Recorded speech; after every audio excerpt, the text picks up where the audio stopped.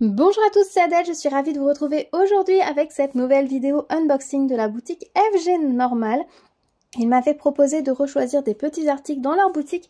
Ils m'avaient donné un budget de 25 $. Donc ça fait un petit moment que j'ai reçu la commande et j'avoue que le début d'année ayant été un petit peu chaotique, je n'avais pas filmé l'unboxing et du coup je n'avais pas non plus ouvert le colis. Plus que ça, j'ai juste ouvert rapidement histoire de savoir d'où venait le colis. Donc j'ai hâte de regarder un petit peu tous les petits trésors qu'il y avait dans ce colis.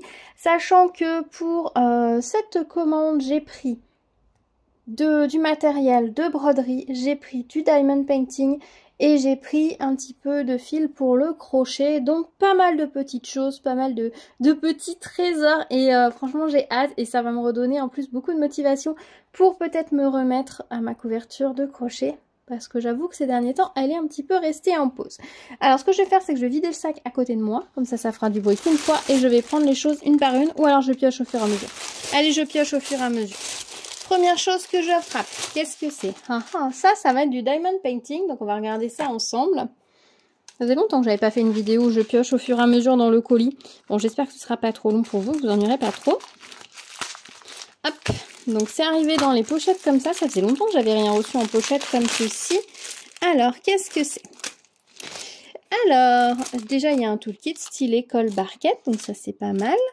On a quelque chose qui ressemble à des petits aimants, puisque j'avais pris ceci qui est un lot d'aimants. J'avais trouvé ça super sympa quand j'avais vu ça sur la boutique. Il change un petit peu, c'est des sujets en acrylique comme on pouvait avoir pour les porte-clés, mais maintenant il change un petit peu et il nous propose ça aussi pour faire des aimants à frigo et je trouve ça absolument génial. Alors je sais pas si ça collera très bien. J'ai l'impression que ça va quand même être plus décoratif que réellement utile pour tenir des choses sur le frigo. Et moi, j'ai pris du coup le petit paquet avec les petits coques. Voilà, donc ça fait 6 petites figurines de coques. 7. Il y en a beaucoup, dites donc. 2, 3, 4, 5, 6, 7. 7 figurines de coques. Bah dis donc, ça en fait du coq. Il va y en avoir du monde sur mon frigo. Bon, l'avantage c'est que ceux-là, ils sont silencieux. Oui, ça fait 7. On a des aimants comme ça, donc c'est des éléments pas très épais, assez fins. Donc ça est autocollant à mettre derrière. Il faudra peut-être refaire des coupes. Peut-être le couper en deux et le mettre en deux parties pour que ça colle bien. Parce que là, ils sont un petit peu gros par rapport au sujet. Ou alors ici, vous voyez, ça va se voir à travers si je colle le petit aimant. Donc ce que je ferai, c'est que je les couperai en deux. Comme ça, j'en mettrai la moitié à la queue, la moitié au corps. J'essaierai sur un. Après, si les coques en eux-mêmes ne tiennent pas avec ces mini aimants là, j'ai rien en plus là de magnétique pour voir si ça colle. Non, si, j'ai ma règle métallique. Ça a l'air de tenir quand même un peu. Mais c'est pas foufou. Disons que vous n'allez pas accrocher vos cartes postales sur votre frigo avec ce type d'aimant. Donc moi je vais voir, est-ce que je vais utiliser ceux-là ou est-ce que je vais racheter des aimants forts, vous savez, pour vraiment en faire des aimants. Parce que là pour le coup, moi sur mon frigo, j'ai besoin d'aimants qui puissent tenir le rappel du contrôle technique de la voiture, l'agenda, enfin l'emploi du temps de ma fille, les fiches de rendez-vous, etc. quoi. C'est... Pendant longtemps, je me suis dit je mettrai rien sur mon frigo. J'aime pas ça quand les frigos sont surchargés, mais finalement, ça reste quand même très pratique d'avoir ces informations-là sous les yeux à un endroit où finalement on ouvre et on ferme le frigo très souvent dans la journée. Très souvent, non, mais 3 ou 4 fois dans la journée. Donc forcément, les informations, on les voit et c'est un endroit où tout le monde passe. Et en plus, il est perd la porte d'entrée, donc forcément, on le voit, mon frigo, parce qu'on rentre par la cuisine. Voilà, vous saurez tout. Donc je pense que c'est avec ça, je testerai peut-être sur un. Et sinon j'achèterai des aimants plus solides pour vraiment en faire des aimants forts de frigo. Parce que j'en avais des ronds, mais les chats les ont tous décrochés et ils sont tous sous le frigo. Donc il faut que je les récupère. Mais bon, c'est pas très joli non plus. Et je m'étais dit que ça pourrait être super rigolo quand vous accrochez votre rendez-vous avec un joli petit coq ou avec... il existe d'autres lots de petits sujets. Ça peut être très sympa. Après, si vous aimez... si vous avez peut-être un tableau magnétique ou quelque chose de magnétique chez vous, je sais pas, un escalier magnétique ou autre, ça peut être un sujet des petits sujets qui sont rigolos à coller sur le côté pour décorer Alors peut-être pas avec des coques, mais s'ils nous font des versions comme ça de Noël, ça peut permettre de décorer l'escalier temporairement et puis pouvoir enlever sans endommager, ça peut être pas mal. Sinon les petits sujets comme ça en acrylique, vous pouvez aussi vous en servir pour, avec de la pâte à fixe, décorer un meuble, vous en servir en scrapbooking aussi, ils sont pas très épais, hein, mais c'est sympa comme tout. Franchement j'aime beaucoup. Et ici nous avons donc tous les diamants. On a quelques formes spéciales, on a l'air d'avoir quelques navettes. Quelques micro-gouttes pour les queues des coques, mais voilà, c'est principalement tout ce qu'il y a. Vous voyez, on devine là les petites navettes derrière. Et on est sur du strass, donc ça va bien briller. Si vous n'êtes pas trop strass, vous pouvez remplacer par des diamants pleins si vous préférez. Mais je pense qu'en strass, ça va être assez rigolo. J'ai hâte de voir ce que ça va donner. Peut-être qu'on fera ça avec les enfants. Mais je les trouve jolies et franchement, j'avais craqué quand j'avais vu ça. Je m'étais dit, c'est trop chouette. C'est trop chouette. Je suis juste un peu sceptique pour la qualité de l'aimant. Par contre, ces aimants-là, ça, je vais garder. Je vais garder parce que ça peut servir pour faire des petites choses, notamment des décorations temporaires ou je sais pas quoi. Ça peut être rigolo. Mais pour l'utilité, je tiens les trucs sur le frigo. À mon avis, ça suffit pas. J'essaierai tout seul déjà sans rien, mais j'ai un doute. Donc voilà pour la première petite chose. Ensuite, qu'est-ce que j'ai pris ? Hop, qu'est-ce que ceci? Eh bien, ce sont aussi des aimants. Alors, c'est un autre type. Alors, il me semble que cela était sorti en premier. Et là, on est sur une plaque aimantée, visiblement. Ah, attends, hop, je sors.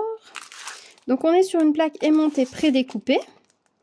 Donc, on va avoir des aimants ronds, comme ça, assez gros. Hein, parce que, vous voyez, par rapport à ma main ou par rapport à la barquette verte, c'est assez gros. Ah non, c'est que j'ai peut-être pas rangé l'autre kit. D'accord, je vais dire, j'en ai deux. Non, il doit y avoir le kit de... Ah oui, c'est le kit de précédent.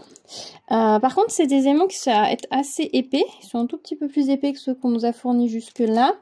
Donc là, j'avais pris celui avec les petits cardinaux, ce qui fait un petit côté assez hiver, parce que le cardinal n'est pas du tout un animal local, un oiseau local, mais je trouve ça assez sympa. Ici, on a les diamants.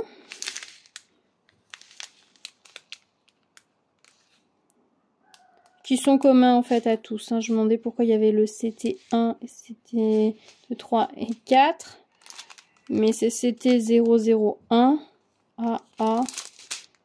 A. Non, les couleurs doivent être communs à tous. Oui, 7, le vert. Oui, ça a l'air d'être commun. Ça a l'air d'être commun. Donc voilà, c'est assez lourd au final. Et donc du coup, vous allez décoller. Par contre, je pense qu'il faut vraiment, une fois que vous avez... fini de diamanter vos aimants, là, va falloir bien les vernir. Ça fait penser, vous savez, aux disques magnétiques qu'on utilisait, les A magnétiques ou les conduites accompagnées magnétiques. C'est exactement la même matière. Du coup, c'est-à-dire qu'on pourra presque les mettre sur la voiture, ça pourrait être rigolo. Bon, bien vernir si on veut que ça résiste, mais ça pourrait être rigolo de mettre ça sur sa voiture. Ça n'abîmerait pas la carrosserie, hein, vu le système d'aimant. Il va peut-être falloir les réaplatir un petit peu.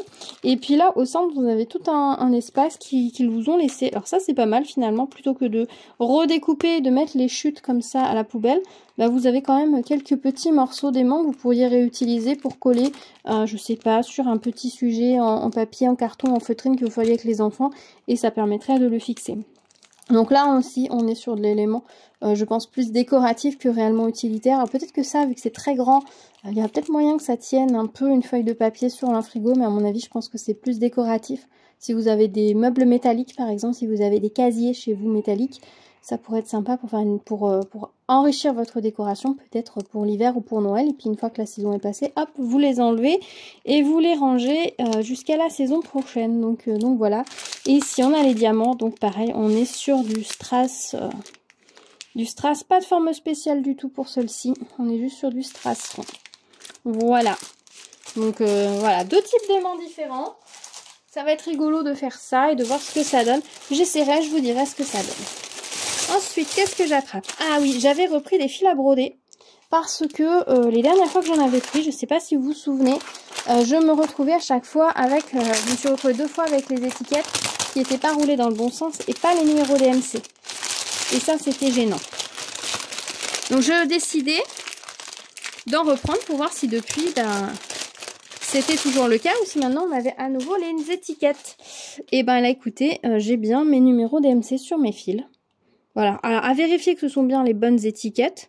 Bien évidemment, sur un projet, par exemple, si vous lancez sur un HAED avec des fils comme ça, avec un lot aléatoire, ça vaut le coup d'aller jeter un coup d'œil pour être sûr que vous êtes bien sur la bonne couleur.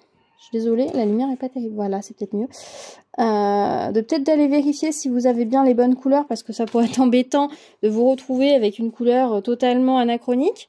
Mais voilà, très, très sympa. J'ai pris un lot de 50 fils. Alors, je vois que j'ai du 815, ça c'est bien, parce qu'il y en a plein de projets où ils utilisent le 815. C'est une couleur qui est très très populaire, le 815. Qu'est-ce que je vais avoir? Moi, on a un noir, un blanc, ça c'est bon, je les ai vus. Un joli violet. Du orange, oh ça c'est chouette.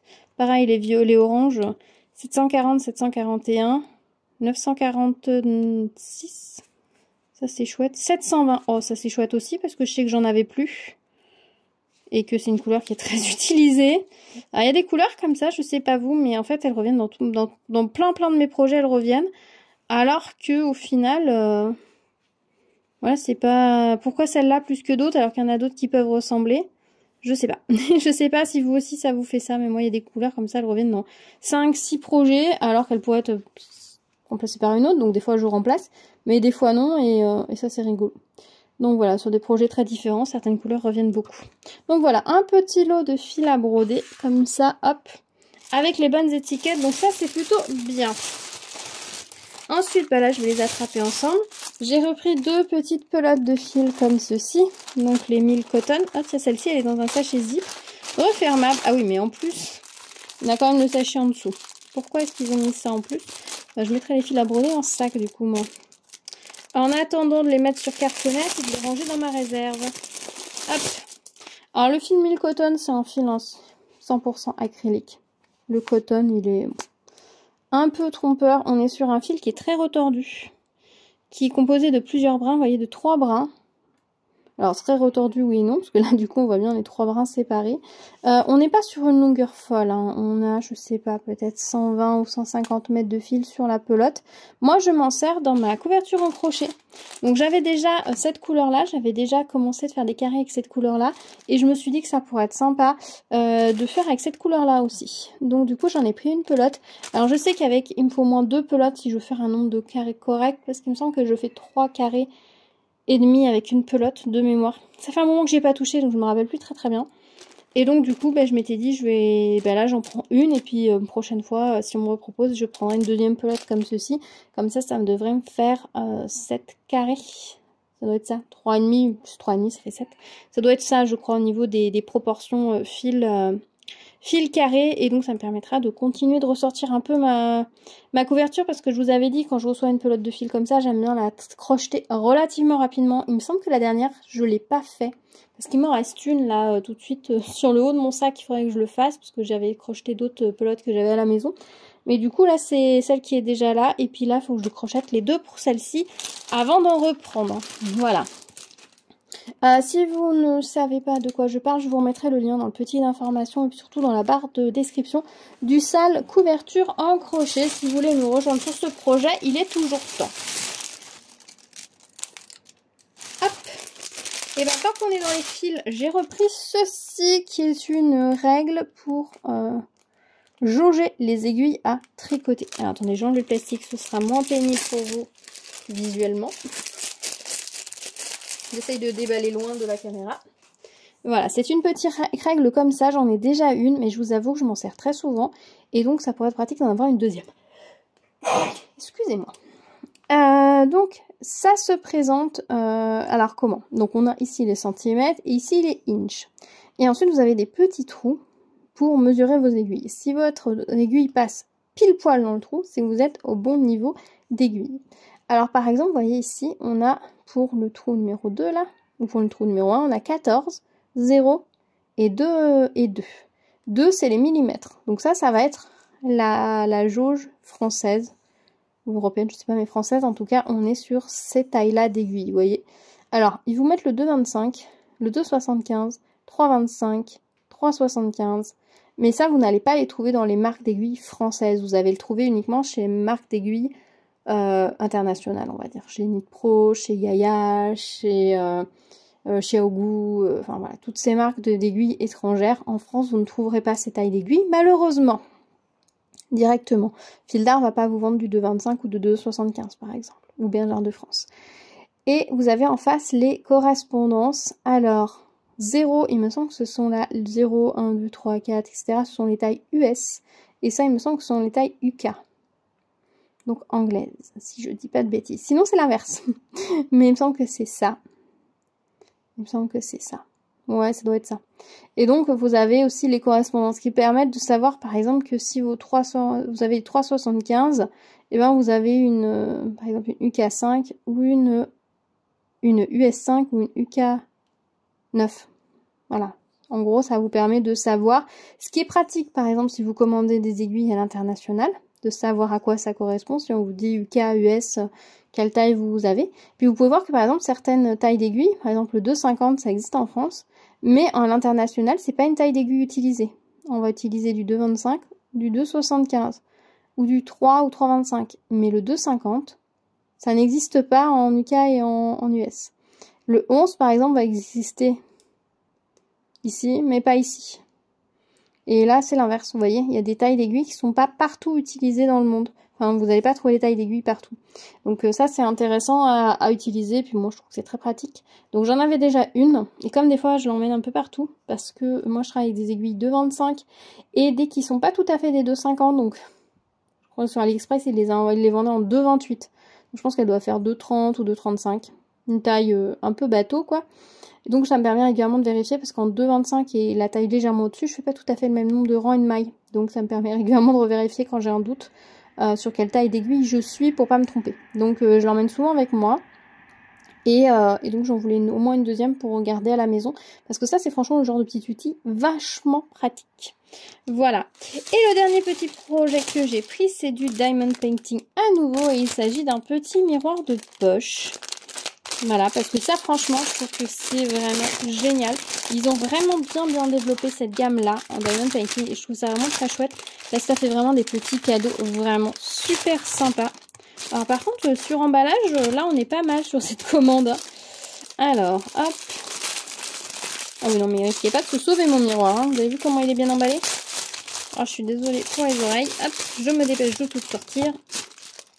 Donc voilà, j'ai pris un petit miroir carré comme ceci. À l'intérieur, il est double. Vous avez bien le miroir des deux côtés. Et vous allez diamanter les deux côtés. Donc celui-ci, je le trouvais très joli au niveau du motif. Surtout qu'on va mettre des diamants là dans le petit quadrillage du fond. Très sympa. Alors, il est encollé sur la totalité. Vous pouvez le constater. Donc, n'hésitez pas à vernir, hein, bien évidemment. J'ai fait une vidéo sur les différents types de vernis, vernicole que j'utilise et mon avis dessus. Vous la retrouverez sur la chaîne, puis j'essaie de vous la remettre dans le petit d'information et puis dans la barre de description si ça vous intéresse. J'ai verni des objets que j'ai utilisés énormément ces dernières années et qui n'ont pas bougé. Donc franchement, ça vaut le coup. Ça vaut le coup, ça vaut le coup. Et sur certains projets que je m'étais dit, je les vernirai un peu plus tard, j'ai la flemme. Eh bien, ils ont eu le temps de s'abîmer très rapidement et j'aurais pu les préserver beaucoup mieux. Donc, je n'ai rien fait, hein, c'est-à-dire que je les ai juste laissés poser et tout. Ils se sont endommagés alors que ceux que j'ai utilisés énormément vernis, il n'y a pas eu de souci. Donc, c'est important de protéger ces petites réalisations. On a tout le kit style école, barquette et petit sachet zip. Donc, ça fait toujours plaisir. Même si maintenant, à force des sachets zip, j'en ai beaucoup. Et puis ici, nous avons les petits diamants. Donc, et on a des grandes navettes rouges, vous voyez ici, là.